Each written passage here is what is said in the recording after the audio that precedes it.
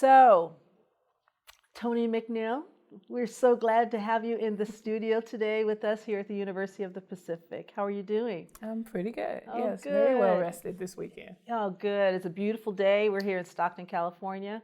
There's the air quality is good. It's nice and warm today. And, one of the things I've loved since I've been back home to Stockton is that I get to almost in many ways be introduced to the city that reared and raised me. And there's just so many, not only good people, but people that have been doing work that has made a difference. And you're one of those individuals. And we're here today in this new podcast called Humanizing Us, which is really looking at the intersections of our identities and then how our identities then informs our leadership, the choices that we make. And in many ways, as individuals who care about issues of equity and inclusion, those choices, that we ended up making in our lives are formed in many ways about our identity and experiences. And so, you have been a community leader for some time, and you have been engaged in issues that matter to the community. You have been engaged in issues of racial as well as systemic equity and inequity.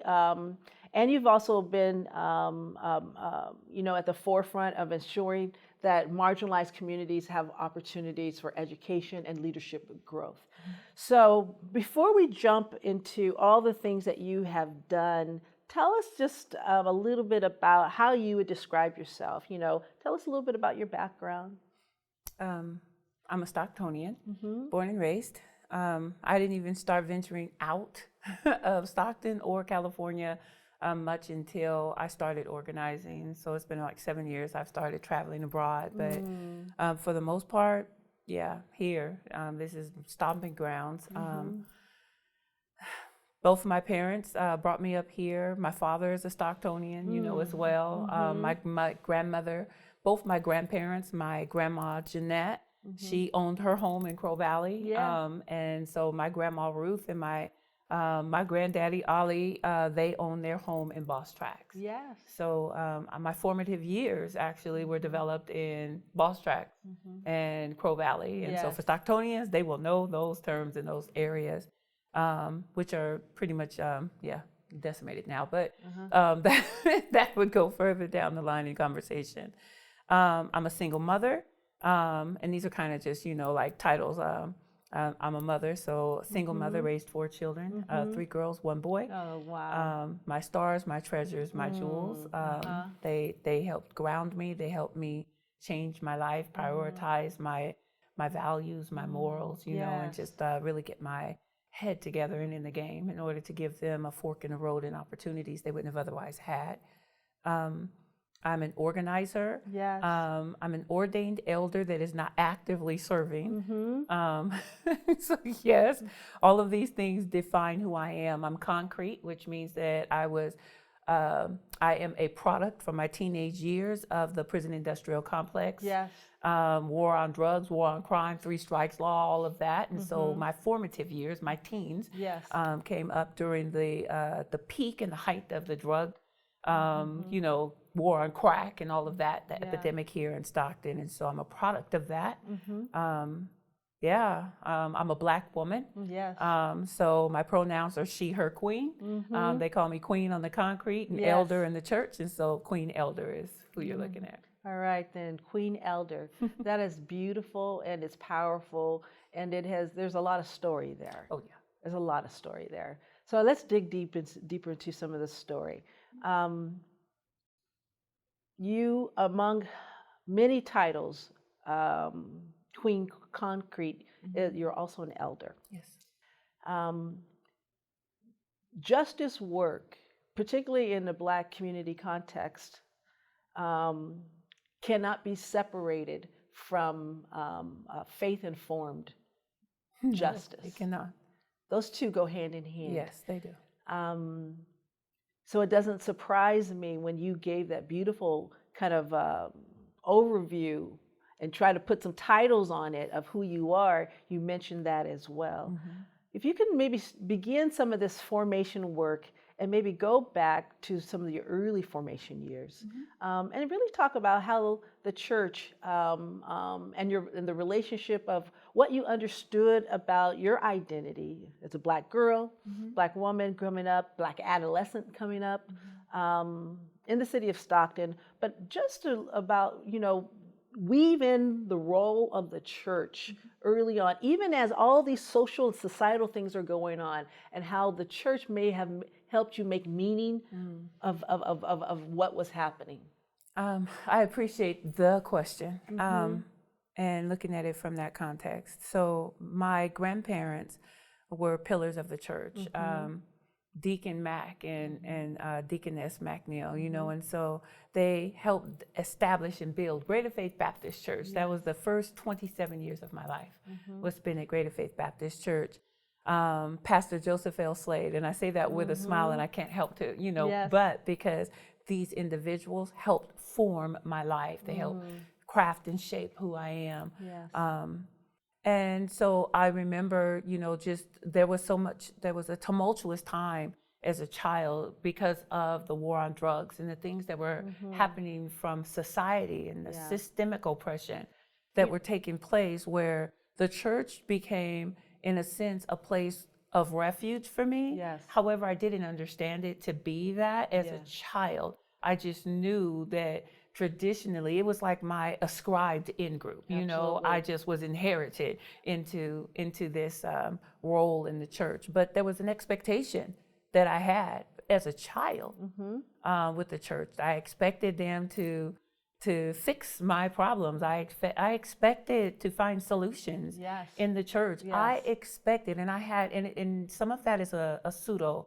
It's false. But there was still that expectation as a little girl and an adolescent that all my problems would be solved in the church, right? Absolutely. Whether they have the resources, the knowledge, the understanding, the know-how was neither here nor there. Because it is a church, but they still have to then elevate to education and understanding on how to apply certain things as war on drugs and abuse and different things take place and get layered in. You need those skills. Absolutely. So one of the things that our studio audience may or may not know is that you named the war on drugs. Let's talk a little bit about what that war on drugs is, and specifically the years in which it really became, now it's something that people continue to study. They approach it like as an academic topic, but you can speak to the lived experiences of what that was from a policy perspective. You mentioned Three Strikes You're Out, which was a legislation that turned to policy. But all of these things in many ways were just bad policy, racist legislation that had detrimental impacts to communities, Black people, Black children, Black adolescents, Black mothers, Black fathers, Black families, as well as other people of color, Latinos and other people of color were impacted by that. Talk a little bit about that as you are picking up this piece that, with the church. Right. So growing up in the church, being a part of the church, just being there from Sunday to Sunday, that wasn't enough. Because then I still have dynamics at home as a child and an adolescent that I can't ascribe meaning to. I don't understand. And I'm looking for understanding. It's not until I get much later in life that I can look back in hindsight and begin to say, it was the war on drugs that was taking place. There was crack cocaine that was going on all around me. It was being sold. My first love was a drug dealer, so I actually could have gone to prison behind drugs and all of that because I was immersed heavily in a community that was inundated and flooded with drugs. And then there's over-policing that's taking place to this community. I'll never forget dialing 911 because of a bad drug deal that had gone. A woman was being abused. She was being beat by a dope dealer. We called 911 from a payphone. The police came in, but they came in and pulled and drew weapons on us. We called because we were in an over-policed, drug inundated community. And so you've got, just all of these bad dynamics that are taking place. How does that then impact me as an adolescent? And I can say this openly because my family, they know me and know the role that I play. And so I've gotten their permission to share certain things. My father overcame drugs. He struggled with drug addiction. My mother, she was impacted because drug addiction impacted my father and my brother, who has been incarcerated probably 75% of his adult life because of drug addiction, and the offset, the impact of it on our family dynamics. It decimated our home. It decimated our community. And so the fact that I'm here on the other side of it, in my right mind, with the help of resources that I didn't have access to in the Black church, in the Black community. I had to leave my community and leave the places that I grew up in order to find ways to get out so that I could go back in and say, hey, you guys, there are resources, but I need to show you the way to get to them because they're not here. So this war on drugs was really a war on families. Oh, God, yes. It was a war on a whole group of people. It was a war on the Black and the brown communities of colors. And I don't want to exclude poor white communities that are in there. In these communities, the only difference here is that in some way in our mind, if we are white, we still believe that there is a way out, that we're not included in that, which is self-denial and deception to some degree, because you're here. Yes. You're here. And we know that there's generational poverty in white communities. Yeah. Generational. East Stockton has been decimated by the same plagues that have plagued poor Black and brown communities, and they are not invested in. They are not looked after. They are not taken care of. They call it the East Side, Okieville. They call it all of that. Look at the derogatory terms that are labeled and put on these communities, and then we're segregated. Yes. And then ostracized, but we're still not invested in. So your identity as a social justice leader and as a community educator and organizer really comes through the early formation. Oh, yes. Everything that took place in my childhood, my teenage years, and my early 20s. I did not get out until I turned 27 physically. I did not come out until I hit my 40s mentally. And I believe now in my 50s, I am coming out emotionally and psychologically. There's a lot of power to your story, Toni. You and I walked the same steps, same pathways, because I was also at Greater Faith Missionary Baptist Church. And when I left Stockton in 1989, 1990, I would come home and had a real tiny world when I came back. I just really came back to spend time, make sure my mother, and it was kind of family focused, but always would go back so wherever I was at that time. And one of the things that I've seen as I have returned, and I'm returning, because I feel like it's a process to return home, is that I didn't have language at the time I was here for the deep structural and systemic racism that we were in and under and around. That I had to go to school and study and get the language to make sense of things that I saw in everyday life. Yes. Talk a little bit about, because you mentioned, you started talking, you introduced it by saying that, the acknowledgement of where you're at in your 50s. How do you now help others make sense of their experiences? Give them the words, give them the I call it breaking down the blah, blah, blah. There you go. That's a term that we use with the concrete. When I say concrete, and I want to do that intentionally first, when I say concrete, I'm referring to individuals directly impacted by the system. Those that are thriving in spite of, impacted by prison, gun violence, gang violence, domestic violence, drug violence, all of those things. And so we have to break down the blah, blah, blah. One thing that is unfortunate is to never have walked the walk, but got the education and then come back into a community of people that are directly impacted and use the terminology from studies. It's like Dr. Spock telling us, you know, what child abuse is. What if Dr. Spock never had children, just studied, you know, on how Absolutely. to, right. And then he comes, so we find that happens a lot. And you make no connection. There's no connection that is made. But then take yourself that walk this walk, and this, you were directly impacted by this. And then you pursued an education, but your education wasn't just because you wanted to make more money. Your education was also because you needed to find a way out. Absolutely. So you found a way out, you understood the journey, and then you come back and you ascribe meaning to the people in the community that are still stuck. People perish, right? We do for lack of knowledge. We perish for right? lack of knowledge. And it's just not just knowledge, knowing as far as a relationship with God and according to theology, knowledge, knowing and knowledge is understanding, an intimate understanding and knowing of who you are and how you're being impacted by the systems that are surrounding you.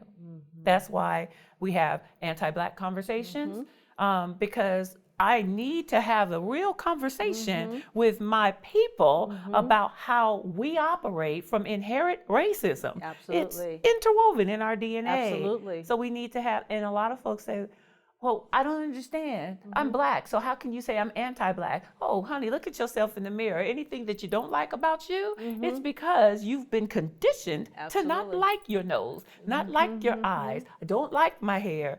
We don't, 3 strikes, or when they said the super predator. Yes. We were conditioned to see those young men as super predators. So now when we see our sons and we're saying, pull up your pants and you need to dress this way and fix your hair that way, that's anti-Blackness. That's deep at root and embedded in you. Absolutely. And we have to come back and break down the blah, blah, blah of that in order to be able to talk our way through it. First have the revelation, which is going to upset you. You know, feel it. Then we need to go through the stages of grief to grieve, right? Absolutely. The truth of what it is we've been deprived of a people, and how this system is actually set up to decimate our families and destroy us. How prison is set up to replace slavery because it's still a commodity that they're in housing, right? And they're even detention centers. And I can go on with this. And we're just still objectified as bodies. Right. Still Black bodies. Oh my gosh. Let's not talk about Black women and all of the issues that we have to walk in. And don't be an educated Black woman. Don't be a Black woman with authority. Do not be a Black woman who is a community organizing in the city with influence. Man, you want to talk about a whole nother level of othering that you have to deal with, of racism, of oppression that you have to deal with. You got a lot of double whammies. I want to talk a little bit about anti-Blackness, because I do think that anti-Blackness is at the very heart of a lot of the issues. As a educator, as a leader, equity leader, I always say, once we begin to delve into anti-Blackness as both as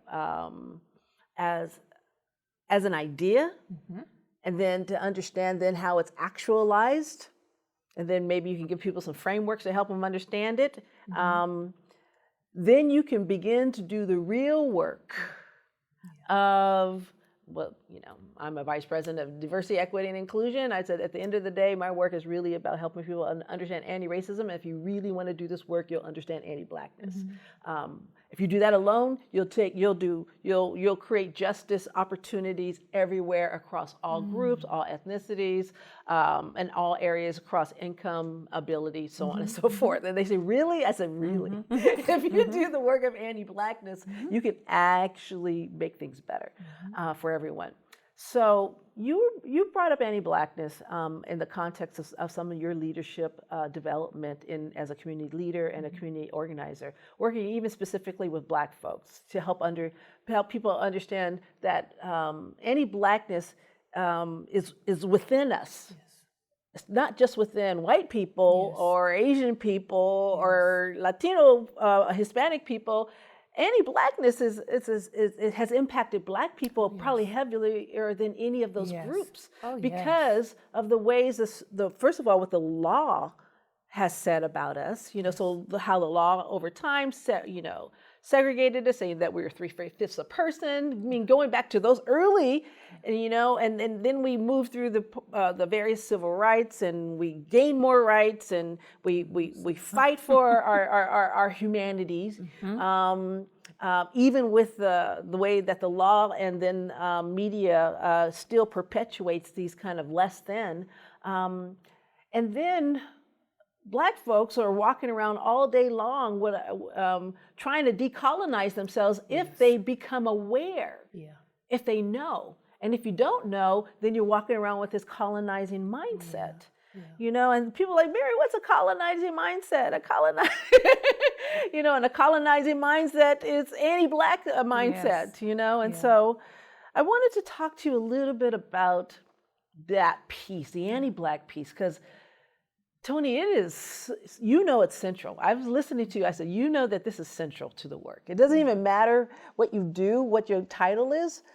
If you're going to do this work, it has to be focused on anti-Blackness. Whether your health equity is your work, education equity, maybe it's economic justice. It doesn't even matter which platform you decide to do your work in or area.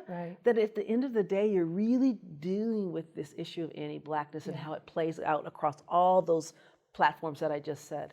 Talk a little bit about how that has maybe impacted you and how you've come to that level of awareness, so that to know that this is how we move this justice work forward. Yeah. I don't even know if I can say or even own credit for knowing that this is how we move the justice work forward. Everything that I do is centered around my own self-awareness and self-learning. I'm growing up. I'm coming into myself. I'm learning to love myself, me and the skin that I'm in. In doing that, I had to be honest with myself and say, I struggle with the fact that my granddaddy, Ollie McNeil, the name he was given when he was put on a train, the identity he was given, McNeil, because his mother was a sharecropper and his father was the plantation owner and raped his mother. And so he and his hazel eyes and the real fair skin and steel wool kind of hair did not look Black and did not look white. He did not fit. So for me, there is a tenderness and a crack in my heart that the man that I knew until I was 5 years old and can remember his voice, and when he would talk to me, he died of throat cancer. And I remember walks with him. I remember what he looked like, and I just have these memories of him. And he died when I was 5. That I don't know who he is. I know he's my granddaddy. I know he was my covering. I know that he loved me deeply and dearly because I favored him, because my complexion favored his. Somewhere in there, I think because I lost him at such an early age, I really just didn't have the opportunity to really fully learn to love me and the skin that I'm in. I'm not dark enough. My hair is straight if I blow it dry. So I put locks. I get locks. I cut it off. Because of my own anti-Blackness. Every area, I'm a tall woman and large in stature. Some way, shape, or form, there is a tribe that I am associated with of powerful women, warriors, and it makes my heart, once again, the Lord gets emotional for me but I don't know who they are. You don't know who they Sis, are. I can't I can't identify with where I'm from. I can't, there is no one that looks like me, that is like me. There's no connectivity to who I am that says it's okay for me to be this warrior, this strong woman of stature, this queen, that people are drawn to for answers, that when I step into a community that it commands attention. I literally never have to remind people who I am. They always remember who I am. That's not because, I am like, I've made myself so great, in this white supremacist Western civilization culture. That's because ancestrally, I come from a tribe of women that are phenomenal, that are queens, But there's nothing to ground me. There's no archive that you can go, and right here, we're in a library at the University of the Pacific. Right. I can't go find my grandma. You can't go find those family members, because our family, all that's been erased. I can only go back to my granddaddy, a sharecropper. Yeah. My grandma. I can only go back as far as what's been erased, but I can't go beyond that. Yeah. And I can't. And that right there, for me, I think helps me to, one, I hold strong and firm to, there's something in my DNA, it's in our blood, right? So I hold strong to my Blackness. I love who I am as a Black woman, as a Black person, as a Black human being. And I try to affirm that. And I affirm it in my children. I affirm it in anyone that I come in contact with. And I affirm it in such a way to where I'm not asking you in your whiteness to step back. I'm not asking you to take up less space. There is so much space in this whole universe. Absolutely. It's a There's lot of space room. at a lot of tables that we haven't been sitting at. We can sit at the table, and I don't need you to be less of who you are in order for me to take up space. I just need you to know when I come, I'm coming, and I'm taking up space. Absolutely. I'm learning how to not be opposed to my Blackness. And I'm trying really hard to, as I embrace that I allow others to take up space as well, so that there's more belonging. And you model for them. Yes. Because they're looking at you. Yes. Right? Yes. We learn by watching. Yes. By observing. As a child, I observed a lot. I'm going to give you an example of something that's really, really profound. George Floyd, when he was murdered, there was a lot of uprisings and demonstrations. Our youth and young adults were demonstrating, and I was called by elected officials and leaders and law enforcement as well, along with community, to show up. Elder Toni, if you could just show up, we're concerned. We don't want, it to turn ugly, and we just want, and we know that you're respected in the community. If you could just show up. My back had gone out, and so I was struggling with pain, and I had a walking stick that my father is 6'7", and so a very big walking stick. Yeah. So I got dressed and I got the walking stick, and I parked and I walked through the law enforcement line towards the youth that were demonstrating, and then got with them and said, "Where do y'all want me?" and walked towards the law enforcement with the youth and the young adults. Now, I want you to know that what I never imagined was what it symbolized to the youth and the young adults as they seen Queen walking down the middle of the street through that line of officers with my walking stick towards them. It symbolized an elder. Yes. And that's where Queen Elder came from. It symbolized an elder, an authority, walking past law and aligning with the youth and turning and walking towards the law with the youth, saying, I'm going to align myself with them. And there was something that was ancestral, that was cultural. My mind followed that whole visual just now. Yeah. I just made the imagery in my own mind. And so it gave them permission. Yeah, permission. And that's what we do, especially when we get into our upper years, right? We have to begin to exemplify and give permission. I need you to have permission to be. You have permission to exist. You have permission to succeed. Absolutely. I give you permission to rebel.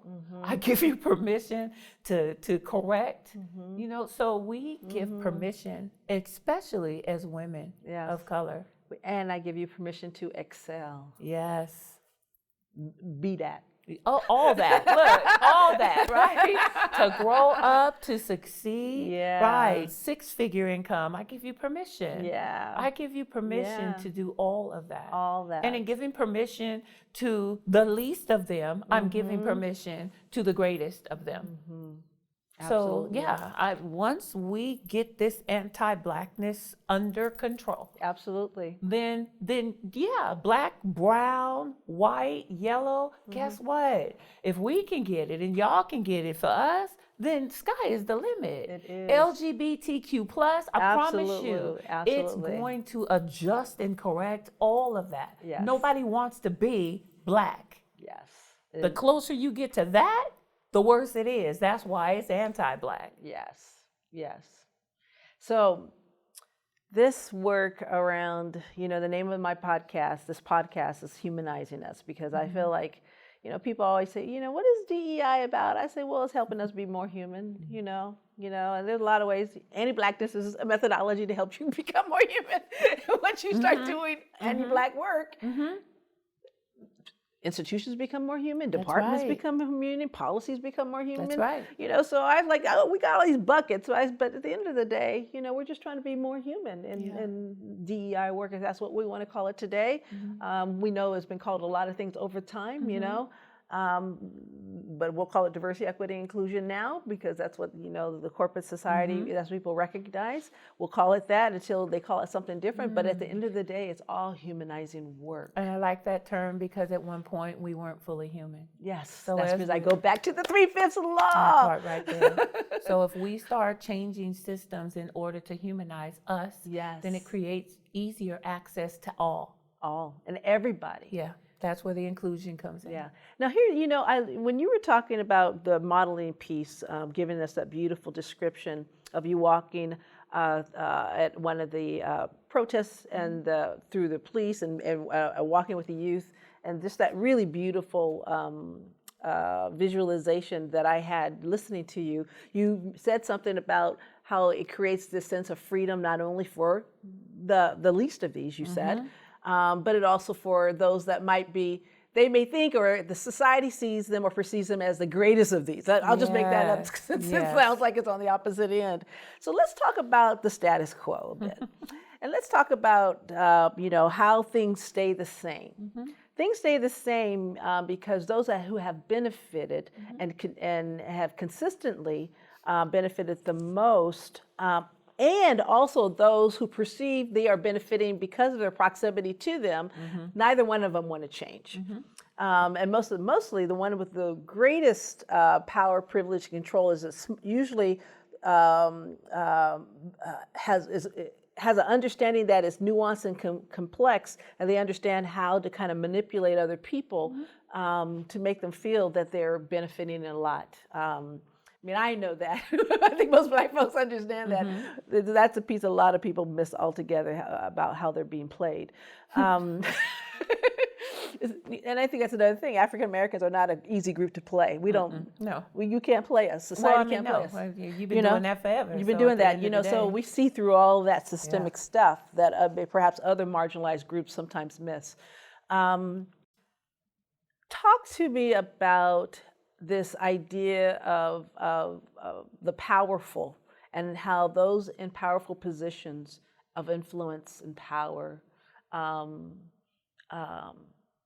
engage with anti-Blackness, or what will we need to do in institutional context to begin to make that change? I believe the change begins obviously with that and that's, but we know that through all of the social justice writers, they would say that everything is multi-level. You got to do things at different levels. What are some thoughts that you have about addressing the status quo?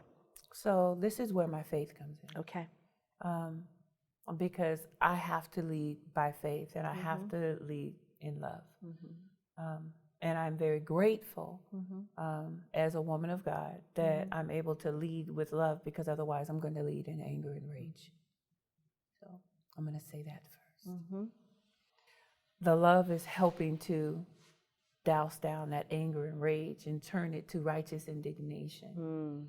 So now in my latter years, now when I show up to speak truth to power in a place, in a posturing, from a maternal, in a sense, posturing. Shame on you.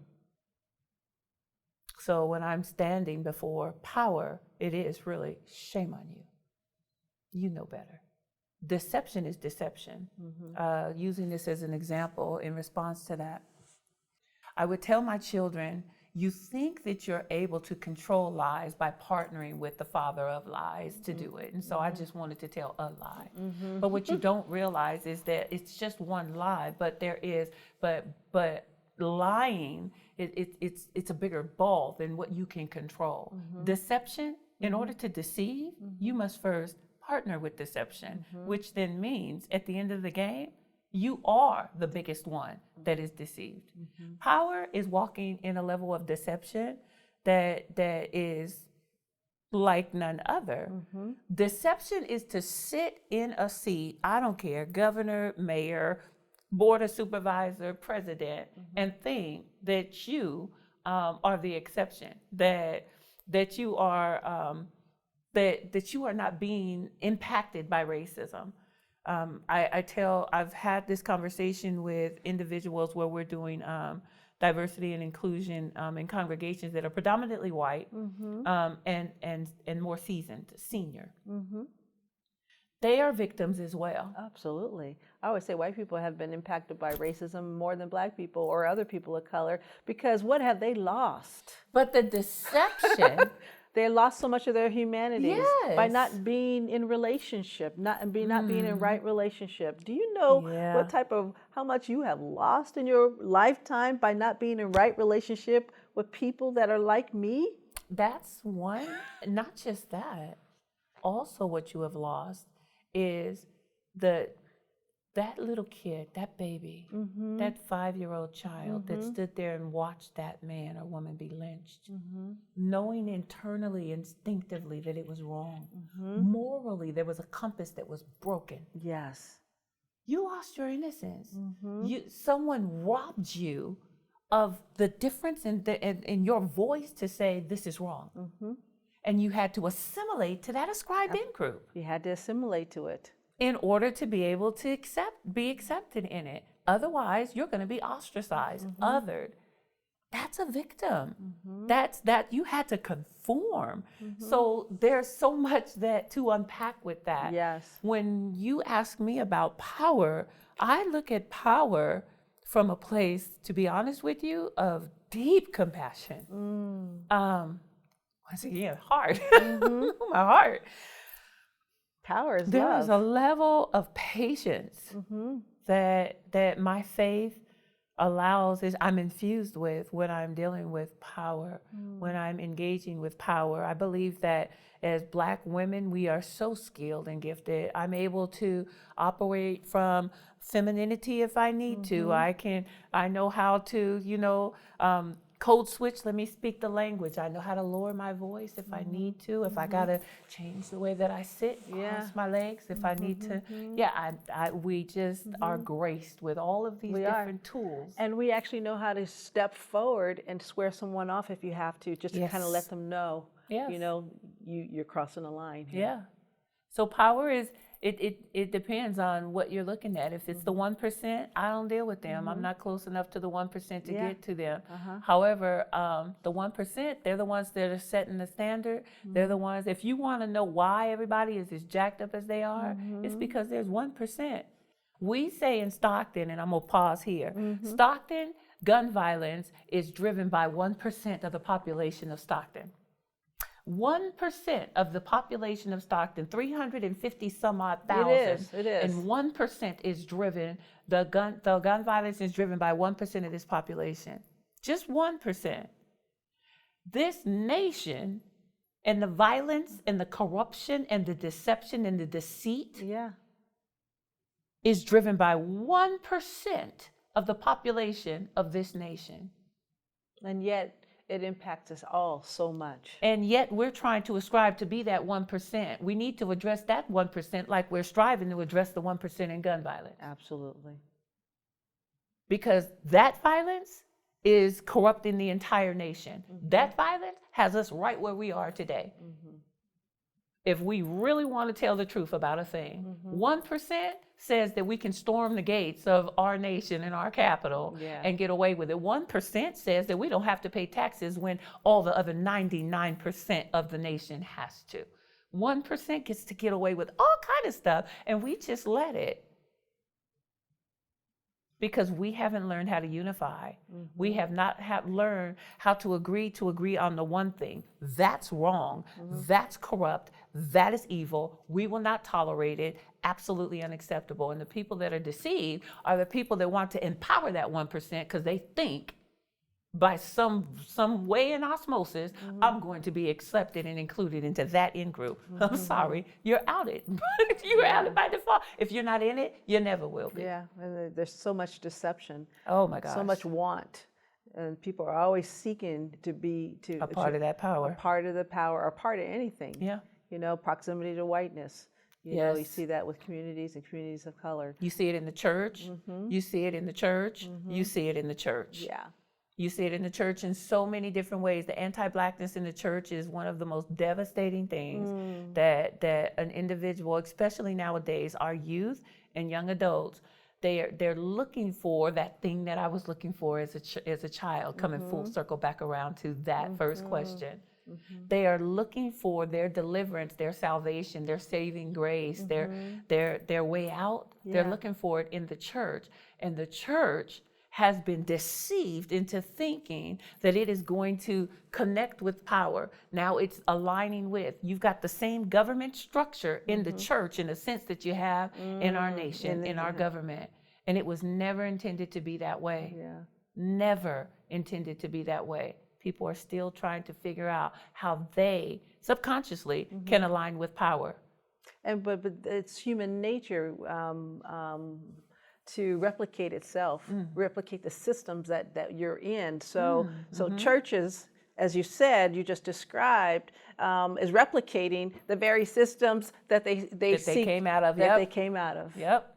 So it takes a level of consciousness. Yeah. It takes a moral consciousness. Yes. It takes a sense of understanding that that everything is connected to these systems, and that we are. Yeah. This is really a phenomenal conversation. I want to do a time check because I have to leave at a quarter till to noon. Am I okay? You have 3 minutes. I have 3 minutes? Okay. So I'm going to, so this is a segment where we're going to start to conclude because our brilliant producers will do their editing piece. As you think about what's most important at this particular place, this particular stage of your life, you're a leader. I would say you're a leader among leaders. You're a leader of leaders. You're developing the next generation of leaders.